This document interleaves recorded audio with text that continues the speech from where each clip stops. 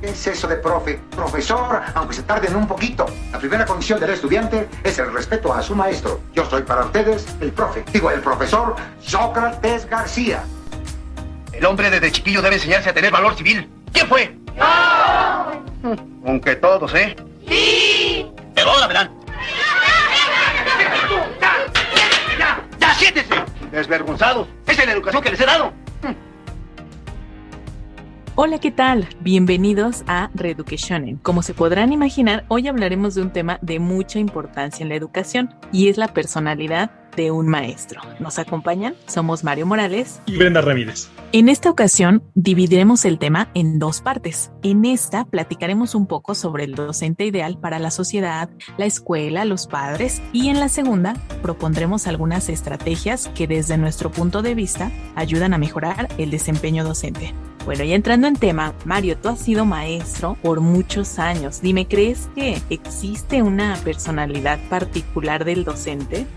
Sí, definitivamente sí. Yo en la sala de maestros pues platicábamos de ciertas cosas y en una de esas pues sale a relucir cómo en general, no digo, cada quien tiene su propia personalidad, pero sí hay como cosas que engloban a los maestros, ¿no? Por ejemplo, pues ser muy organizados, ser muy ordenados, pero también ser perfeccionistas o ser controladores, ¿no? Entonces creo que esa parte también, ¿no? Sí, efectivamente, yo también considero que sí existe una personalidad, a pesar de que, como mencionas, ¿no? Cada quien, pues somos diferentes, sí existen ciertos rasgos que compartimos y que a final de cuentas, pues nos ayudan a desenvolvernos dentro del aula, ¿no? Pero dentro de todas estas características, podríamos decir que hay un buen maestro, que hay un mal maestro. ¿Tú cómo ves esto? ¿Crees que haya un buen maestro? ¿Y cómo sería este buen maestro desde la perspectiva de otro maestro? Sí, generalmente cuando uno trabaja con los colegas pasamos a los salones porque,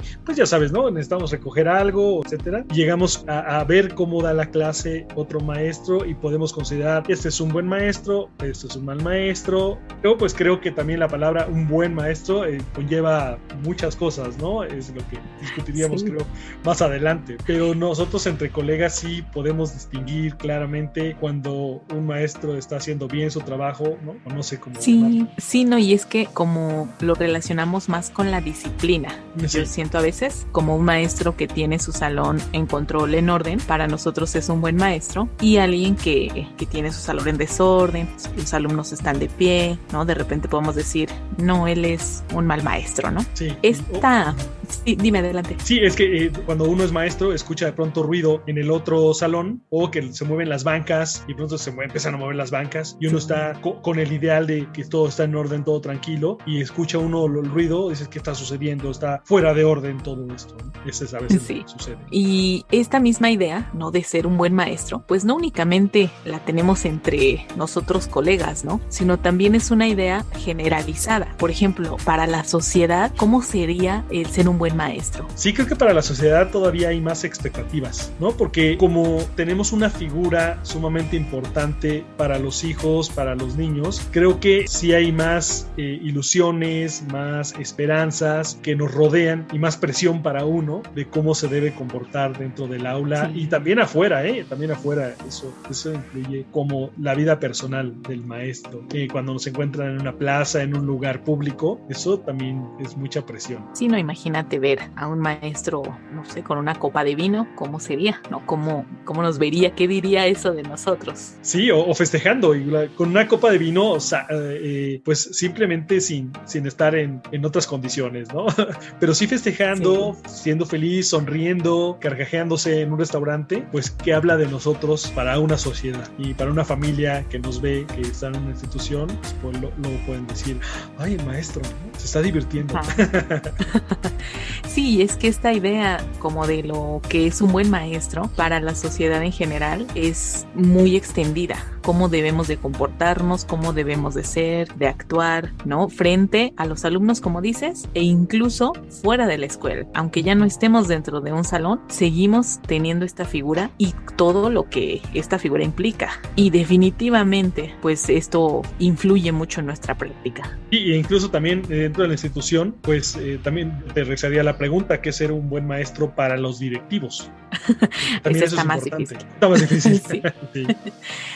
Pues bueno, para los directivos, bueno, desde nuestra imagen, ¿no? Nuestra imagen es sumamente importante. Tenemos pues reglas estrictas de vestimenta, cómo tenemos que ser frente a los alumnos, empezando por ahí. Y definitivamente también para los directivos, la disciplina dentro del aula es muy importante, ¿no? O sea, tú puedes ser un excelente maestro y tener un desorden ordenado, pero a final de cuentas es desorden y entonces Sí. ya eso afecta, influye en tu imagen. Claro. ¿No? ¿Tú claro. cómo ves? Sí, estoy de acuerdo contigo y también puedo aunar a tu opinión. Hay mucha presión también por parte de los directivos hacia los maestros, muchas exigencias, porque también tenemos que ser, además de ser, por ejemplo, papás de los hijos, psicólogo de los hijos, tenemos que ser ante la institución, tenemos que llevar a cabo la parte administrativa, aparte de ser flexibles cuando cambian una cosa, de pronto hay una actividad, de pronto los festejos. Entonces uno tiene que estar al 100 con toda esa atención. Y otro de los aspectos que también quería abordar, pues es que se van más por la forma que por el fondo. Es decir, hay veces que podemos tener muy ordenado todo, todos callados, Sí. pero los alumnos no aprenden. Pero ¿cuál es el objetivo de que los alumnos estén ahí? Pues que gocen del aprendizaje, que obviamente se lleven cosas para la vida y que aprendan a sobrevivir en un futuro. Y eso de las cosas a veces no se ve porque estamos más atentos en la forma que en el fondo. Claro, en las escuelas, pues como lo platicábamos antes, ¿no? Es muy importante que el salón esté en silencio, ¿no? Y cuando llegas a una escuela en donde pareciera que no hay alumnos, de repente se piensa que es una excelente escuela, ¿no? ¿Y dónde están los niños entonces? ¿Por qué no se están expresando? ¿Por qué no se están riendo? ¿No? O sea, ¿en qué siglo estamos? Pero sigue siendo parte de esa idea de lo que es un buen maestro. Sí, y fíjate que también nosotros como maestros a veces queremos expresarnos dentro de la escuela, tener pensamiento crítico. Nosotros también podemos tener alguna crítica constructiva y a veces se nos limita, pero no es contraproducente porque nosotros como maestros, ¿cómo les podemos enseñar a nuestros alumnos a tener pensamiento crítico si nosotros no lo podemos expresar? Creo que son de estas cosas que van de la mano de ser un buen maestro para directivo, sociedad y para otro maestro, ¿no? Sí, claro que sí. Eso que mencionas es muy importante. A mí me ha pasado, ¿no? Esta situación que me piden de repente mi opinión sobre un tema y no poder ser partícipe, ¿no? Porque nosotros no tenemos permitido dar opiniones. Entonces sí limita nuestra labor. ¿Tú dirías que se idealiza entonces a la figura del maestro? Completamente vivimos en una sociedad, en unos momentos en que tanto padres de familia, instituciones en general, porque siento que sí hay obviamente instituciones y padres de familia que comprenden la labor del docente, pero en general creo que se idealiza. Incluso hay textos en los cuales mencionan que el maestro debe estar casi al servicio del alumno, cuando en realidad somos personas y nos gusta nuestra labor docente, pero tampoco podemos estar esclavizados a todos los alumnos. Tenemos vida propia y creo que es sano que nosotros tengamos esta vida propia para que le enseñemos a los alumnos a ser personas íntegras y ser personas con espíritu, no de manera religiosa, sino con una voluntad, una decisión, etcétera, ¿no? Que bueno, eso vamos a platicarlo como que más adelante. Sí, claro. Esta idea de que somos el ejemplo, de que nosotros somos aquello que los alumnos ven y reproducen. Esta idea del maestro, el maestro, ¿no? Y todo lo que implica que de repente pues uno ya no es libre siquiera incluso de tener una vida personal. ¿Por qué? Porque tenemos que estar al 100 en la escuela, con los alumnos, con los papás, involucrados completamente en el desarrollo de nuestros estudiantes y dejando de lado muchas veces también nuestras necesidades. Entonces, cuando ese ejemplo que somos, pues empieza a afectar también pues a un maestro. Ahí ya hay un ideal, ¿no? ¿Por qué? Porque como tú bien mencionas, pues somos seres humanos, necesitamos también pues socializar, entretenernos, distraernos, divertirnos. No únicamente es pues esta labor que sí es muy amplia e implica muchas cosas, pero que definitivamente pues no debería manera de anular nuestra humanidad y nuestras necesidades, ¿no crees? Sí, coincido contigo. O sea, el hecho de que nosotros nos enfrentemos a los alumnos e incluso nos vean vulnerables en ciertos momentos, nos humaniza. Y precisamente hay instituciones que hablan de ser humanistas. Creo que una parte de esto es que nosotros como docentes nos mostremos como seres humanos que nos divertimos, vamos al cine, sufrimos, lloramos, que aunque sí, por cuestión de nuestra labor docente, tenemos que de cierta manera dejarlo un poquito fuera del aula para poner atención en esto como una parte del proceso de inteligencia emocional, pero sí también sufrimos, ¿no? Y a veces es muy sano y muy lindo a la vez poder compartir con los alumnos nuestras emociones, porque ellos también nos ven abiertos hacia ellos, se hace un enlace importante, en especial, por ejemplo, cuando ocurre algo en la sociedad que impacta mucho, abrirnos en ese sentido, creo que nos hace más empáticos y mostramos a los alumnos lo que es la empatía. Entonces creo que sí es muy importante que nos vean como seres humanos, que nos permitamos nosotros como docentes saber decir no en ocasiones o darnos un espacio para nosotros. Creo que eso nos humaniza mucho. Sí, claro. Y precisamente, ¿no? Esta parte de que el maestro siempre debe de estar ahí para los alumnos, resolviendo todas las dudas. Y uno lo hace realmente, creo, por gusto. Tú ves la necesidad y no te niegas. Pero como mencionas, ¿no? El maestro debería, pues, de tener un espacio para sí mismo, ¿no? Para expresarse, para, pues, llenar todas las necesidades. ¿Tú crees que el maestro, pues, sí debe de tener este espacio? Y como mencionaste, pues, me imagino que sí, no sé, tú, a ver, platícanos. Sí, creo que por salud mental es importantísimo que los maestros tengamos un espacio para nosotros mismos. Uno, por ejemplo, para desahogar todas estas posibles frustraciones que tenemos. A veces, como seres humanos, nos enfrentamos a situaciones con los alumnos que pues ellos tienen una situación emocional diferente, un ritmo cerebral distinto. Entonces, eso nos conlleva a pequeños conflictos que podemos tener en el aula, que pues nosotros como adultos y con inteligencia emocional, había mencionado anteriormente, pero a veces es difícil tener estas situaciones. Y también esta parte administrativa que nos presionan mucho. También nos tenemos que desahogar por salud mental, tenemos que aprender a soltar estas cuestiones, y este espacio para nosotros mismos es fundamental, porque si empezamos en agosto, ya para septiembre, octubre estamos atoradísimos, y creo que si no tenemos un espacio para poder desahogar estas emociones, para poder brindarnos a nosotros mismos un espacio, puede llegar a ser un momento crítico. Y bien, no solo para eso, sino también para culturizarnos más, para ver de qué manera podemos trabajar mejor nuestra labor en la clase, tener un espacio también para poder preparar nuestras sesiones de una manera más entretenida, divertida y creativa,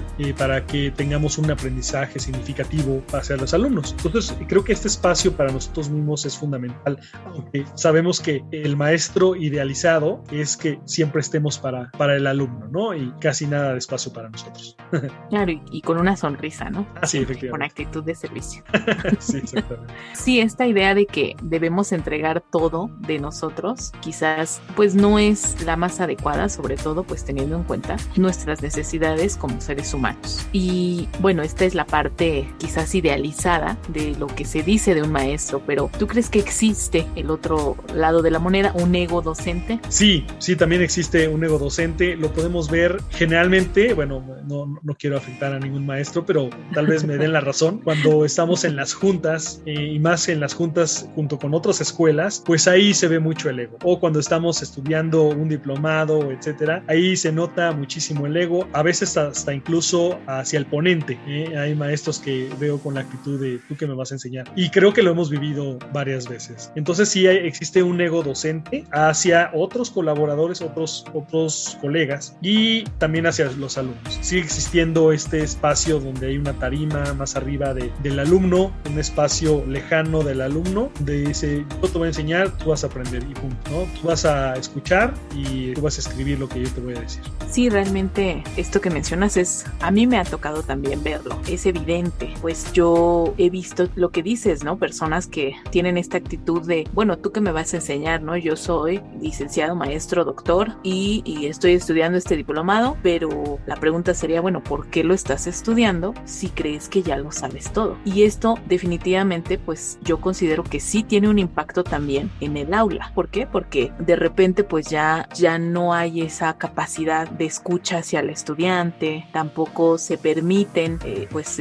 quizá compartir ciertas experiencias con sus mismos compañeros, ¿no? Bueno, entre colegas, que más bien es como una competencia, porque te voy a decir lo que yo estoy haciendo, ¿no? Si yo lo estoy haciendo es mi idea, y no como somos un equipo y quizás lo que yo haga pues te pueda ayudar a ti también y podemos sacar más y mejor adelante a nuestros estudiantes. Podemos ayudarles más si nos unimos, así yo me quedo con lo que yo sé y no lo comparto. Entonces considero que en algún momento esto llega a impactar incluso hasta los estudiantes, porque quizás hay un maestro que pues quiere aprender más y dentro de su mismo círculo pues no hay esta apertura, ¿no? Para enseñarle, para echarle la mano, decirle, mira, yo estoy haciendo esto, te recomiendo aquello, y eso pues sí influye de manera deficiente. Sí, claro. Por ejemplo, acabas de tocar un punto importante, es decir, no deja, un maestro sigue evolucionando, entonces, porque con el tiempo también cambian las cosas. Por ejemplo, vivimos ya en una sociedad de compartir, una sociedad del aprendizaje, donde hay un intercambio entre los conocimientos, incluso hay cursos gratuitos. ¿Y por qué? Porque las personas no tienen temor de dar consejos, no tienen temor de dar sus aportaciones. Tal vez en nuestra época, cuando éramos más chicos, pues esta parte de compartir no era tan fácil, pero en la actualidad compartir ya es parte de la vida. Lo vemos en las redes sociales, lo vemos en internet, ¿no? Que es una fuente de compartir. Digo, hay unos que se cuidan obviamente los derechos de autor y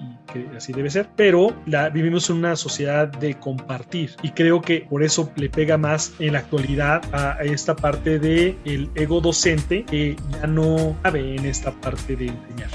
No se pierdan la siguiente parte, en donde les compartiremos algunas estrategias esenciales en la práctica docente. Somos Brenda Ramírez y Mario Morales. Los esperamos.